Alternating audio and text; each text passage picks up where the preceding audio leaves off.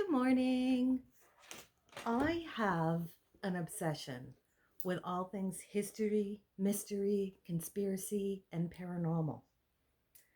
I love to do deep dives on topics that I often stumble upon sheerly by chance, and I love to tell stories. So, welcome to Sit and Spin. Today, we are going to follow a topic that caused me to buy another book. I'm getting quite the library of topics. And we are going to spin roll eggs that I did up on my new blending board. I've been practicing. They're looking much better. So grab your coffee, your fiber if you wish to spin, or relax, sit back, and let's spin a yarn. Today, we're going to tackle a Canadian mystery.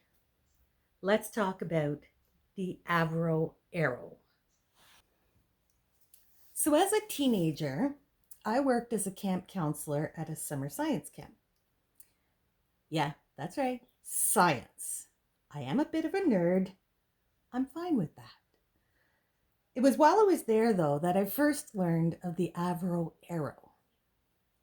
The Avro Arrow is a jet of mythic proportions in Canadian history, and the tale includes three of my favorite things: history, mystery, and conspiracy.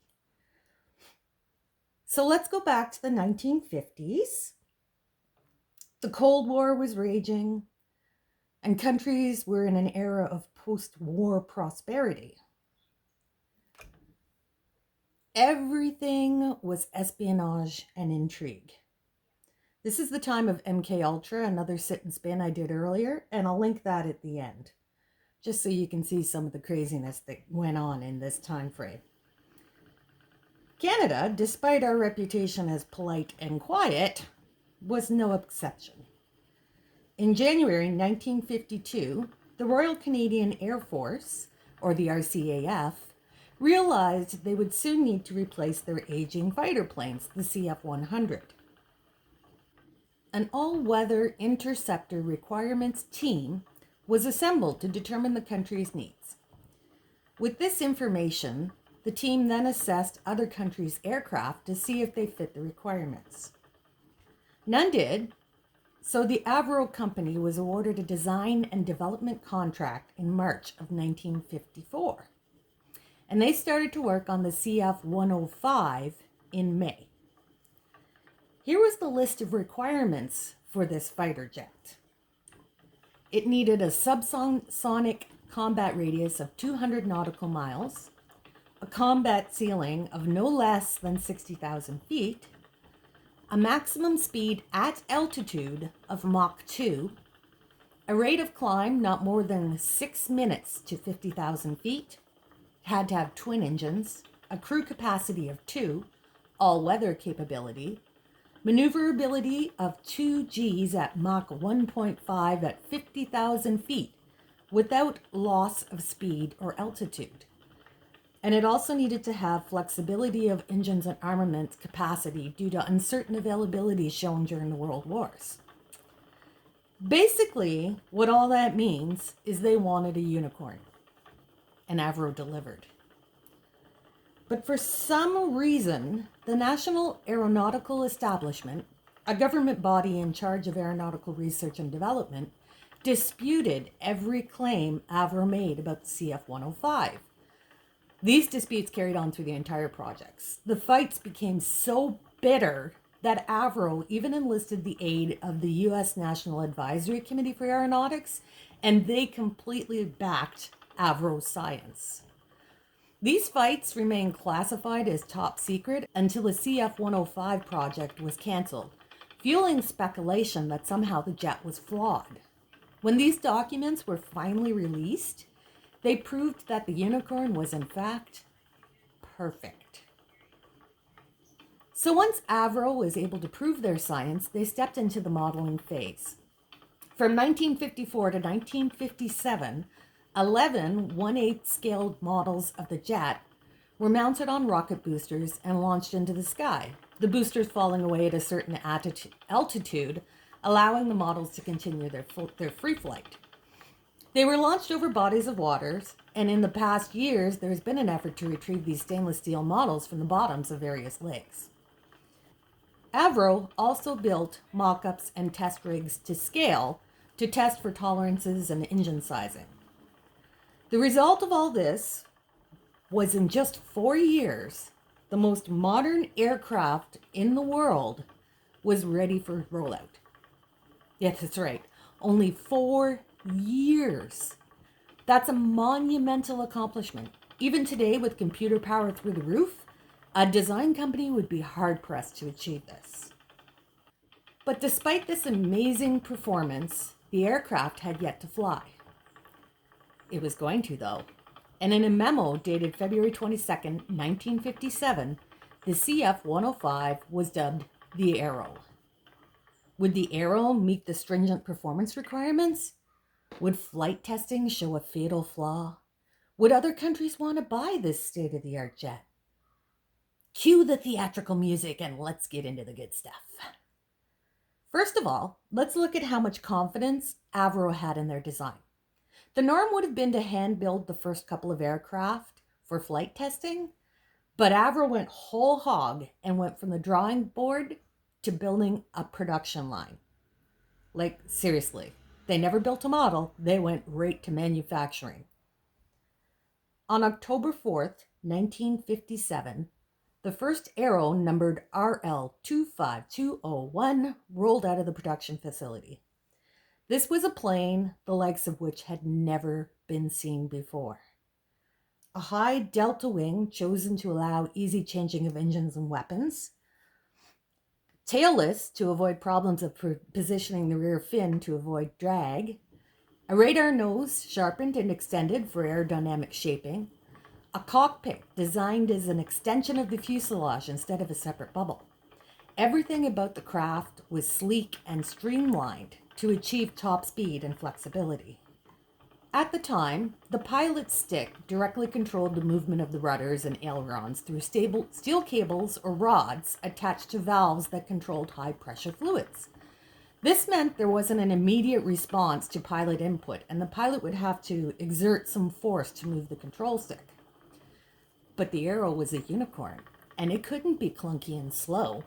So Avro designed a system called fly-by-wire, a system that wouldn't be adopted in other jets until the 1970s. Basically, fly-by-wire means that when the pilot moves the stick, instead of direct force applied to the valves with cables or rods, an electrical signal is sent to a servo which controls the valve. The electrical output is influenced by how hard the stick is moved, and response is immediate. The other advantage of fly-by-wire is now the jet could be computer controlled, a new technology that was beginning to gain momentum. There was a backup system of traditional cables and rods built into the jet, though.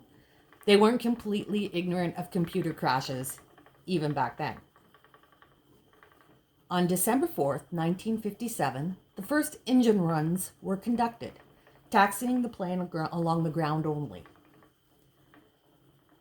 After these trials, Avro placed transmitters throughout the aircraft. These sensors would provide information to ground-based personnel, which would add to the overall safety of the flight testing program. Finally, the big day arrived. March 25th, 1958. First flight. Janusz Zurakowski? From here on, I'm going to call him Zura, his nickname, because, well, I can't pronounce his name. So Zura would be the first pilot of this revolutionary aircraft. Zura was Avro's chief development pilot and was world-renowned for his superb aerobatic skills. His first flight lasted 35 minutes and achieved a speed of 250 knots and a maximum altitude of 11,000 feet, just to assess the handling quality and responses of various controls. Of this first flight, Zura said, quote, The unpleasant part of my first flight was the feeling of responsibility, combined with the realization that the success of this aircraft depended on thousands of components, especially electronic and hydraulic, with only a small percentage under my direct control. But the total responsibility for the flight was mine. End quote. I can't imagine that level of stress. But the flight was essentially flawless, with only minor snags noted by Zura, who was mobbed on landing by a throng of jubilant employees and hoisted in the air. A proud moment for company, plane, and pilot. Flight number 2 was April 2nd, 1958.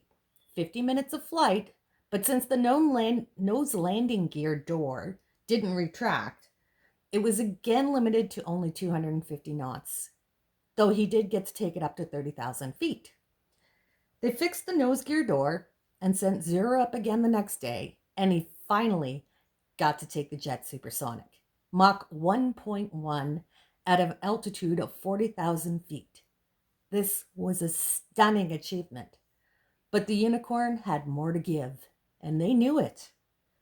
On Flight 7, Zero reported an altitude of 49,000 feet at Mach 1.52, and the jet was still accelerating and climbing.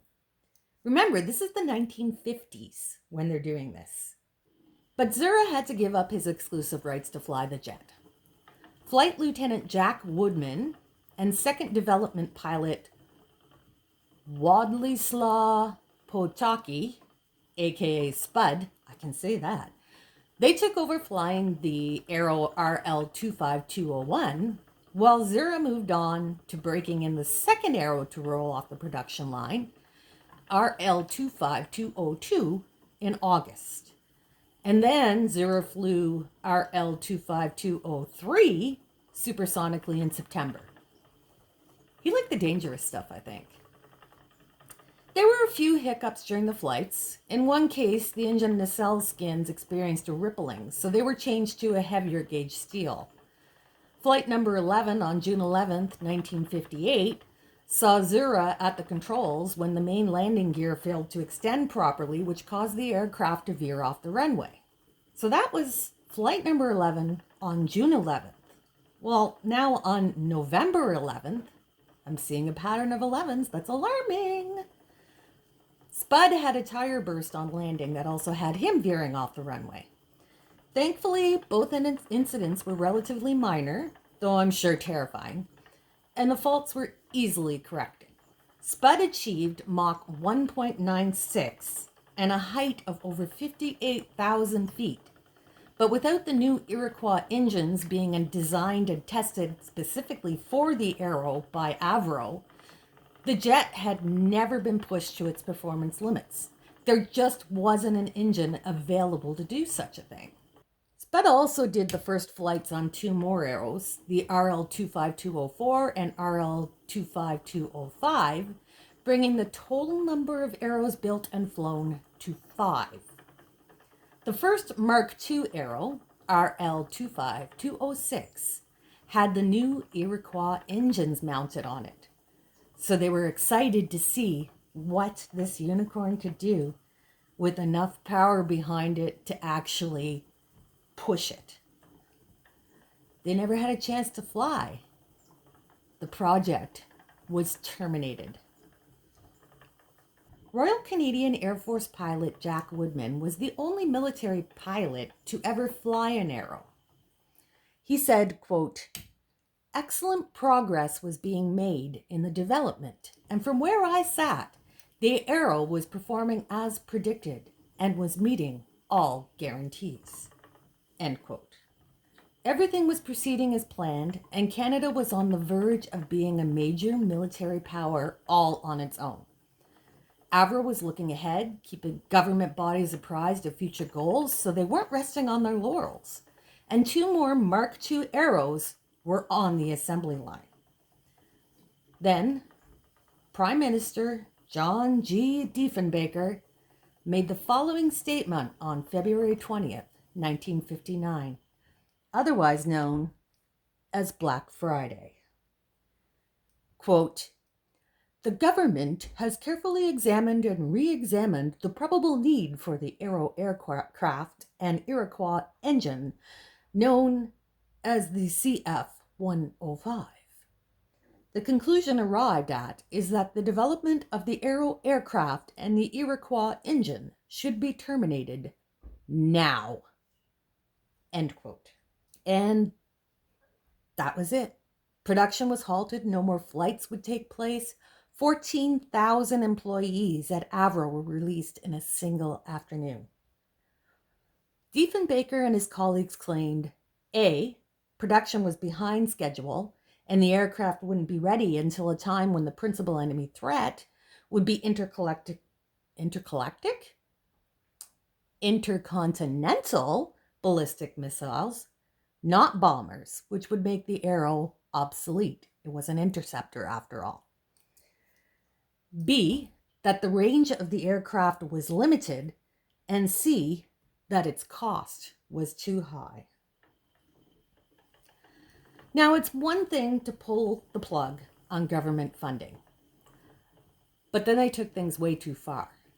There were 5 fully functional aircraft sitting on a runway, a 6th waiting to be flown.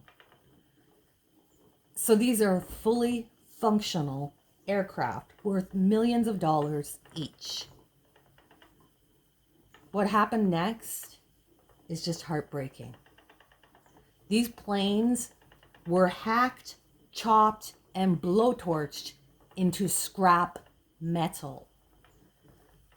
Engines, drawings, production line tooling, everything was ordered destroyed. Government records on the issue were classified for more than 30 years.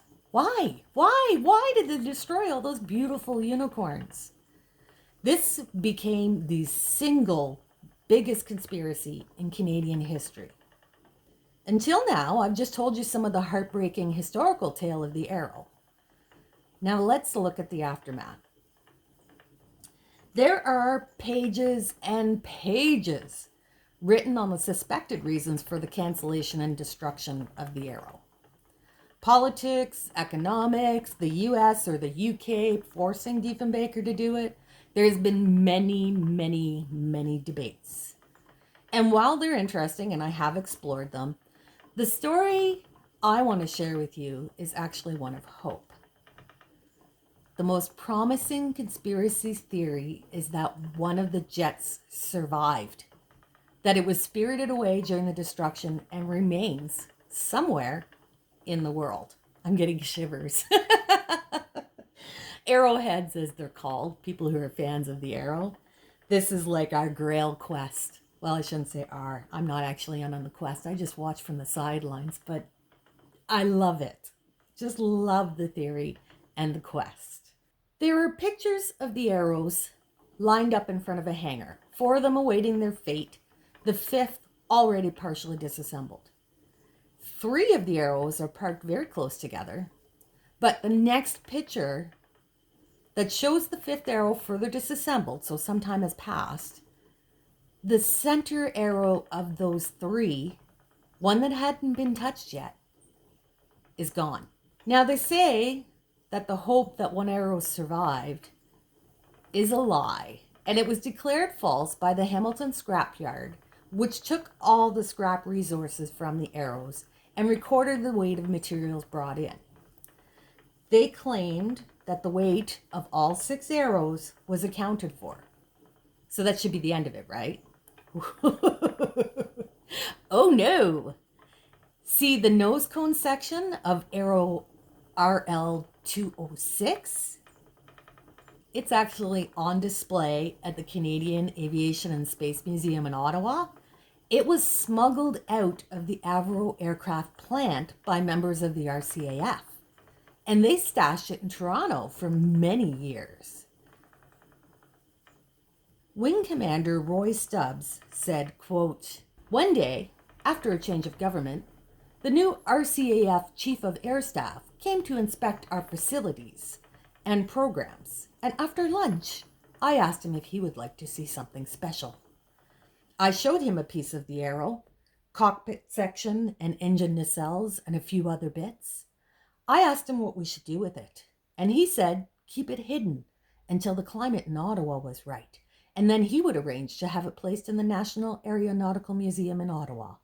Eventually, this was done, and at least a bit of history was saved. End quote. Here's some pictures I took at the Aviation Museum with this actual nose cone. So if these pieces were smuggled away from the plant, then there is no way they were included in the weight registered at the scrapyard. So that means that the scrapyard's information is inaccurate, if not an outright lie. It's entirely possible that one of the planes escaped. Canadian writer June Callwood lived near the Avro plant as a child. She claimed that the day after cancellation, she and thousands of others heard the unmistakable crackling roar of an Arrow departing the area. The early pictures with the disappearing RL-202, the center plane in those three, seem to back this claim. As a Mark I Arrow, RL-202 would not have been the obvious candidate for preservation. RL-205 or RL-206 had the Iroquois engines and were fully equipped, which was more representative of the program's final design. But Avro Canada knew the program was in jeopardy, and while a plan to relocate a Mark II would seem to make sense, the logistics of moving an untested aircraft would have required immense planning. Easier to make off with an Arrow that had already flown. RL-202 had just been repaired from a landing gear malfunction, but had many hours of flying on her already. Easy enough to spirit her away.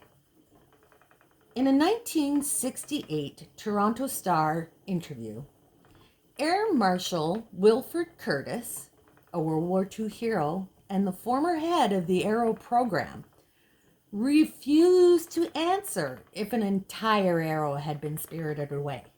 He suggested the location of a hidden plane could only be revealed in a more favorable political climate. That kind of seems like a yes to me. But Curtis never spoke on the subject again, and he died in 1977. And of course, no surviving Arrow has ever been publicly acknowledged. Then, on Sunday, December 18th, 2011, an ejection seat was listed on eBay for $250,000. And it was believed to be a match to an Arrow seat that was sold to the Canadian Air and Space Museum in Toronto in 2008. The Arrow had a front pilot seat and a rear navigator seat. The seat listed on eBay was discovered in the hands of a private collector in the UK and was tracked back to an aviation museum closed during the 1970s. So how did the seat from an Arrow make its way to England? Chris Wilson, the managing director of the British Jet Art Aviation Company, suggested the seat was the latest piece of evidence to suggest one Arrow escaped from Canada. He said, quote, "The chances of finding one in the first place is more or less a miracle. It's a holy grail aircraft item. The chance of finding two is just ridiculous, really."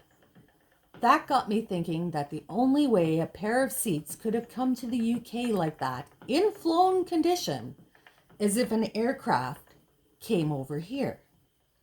There is no question whatsoever that this seat comes from an Avro Arrow.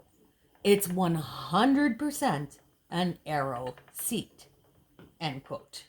The ejection seats, the one listed on eBay and the one at the Toronto Aviation Museum, were confirmed to be from the Arrow program by Martin Baker, the world's leading ejection seat manufacturer and the company who built the seats for the Arrow program in the 1950s. The date plate on the seats lists their manufacturing date as September 15th, 1958. Wilson also stated that the seat saw significant sky time. Quote, "This is clearly a used flown seat. It saw 100 plus, maybe as many as 1,000 flying hours," end quote. Wilson said a chance conversation with a customer gave him a firmer belief that the entire Arrow made it to the UK. The customer did not wish to speak on the record, but was an aviation fan who once lived near the RAF Manston Air Base near Kent, England. They told Wilson about a strange incident where a white, high delta wing aircraft with no national markings or registration landed at the base in the early 1960s. Wilson said, quote, "He's still 100% adamant he saw an Arrow aircraft land," end quote. Further, there are ex-RAF members who say the existence of an Arrow in the UK was a local legend during the 1960s. Okay, quick pause for coffee. Coffee.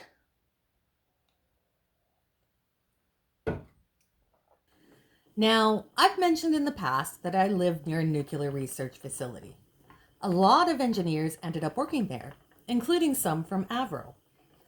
While I have never had the opportunity to speak to any of them directly, I do know that there were blueprints from the Arrow secreted away by these engineers. And some of them even believe that one Arrow did survive.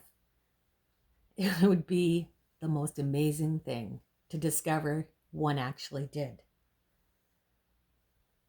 But while the jet itself is lost to history, the models they flew during testing, the little 1/8 scale ones, they were theoretically recoverable. And I'll tell you something, arrowheads will chase anything Arrow related. Like obsessive. I'm not quite that bad. I'm not quite an Arrowhead. I'm just an Arrow fan.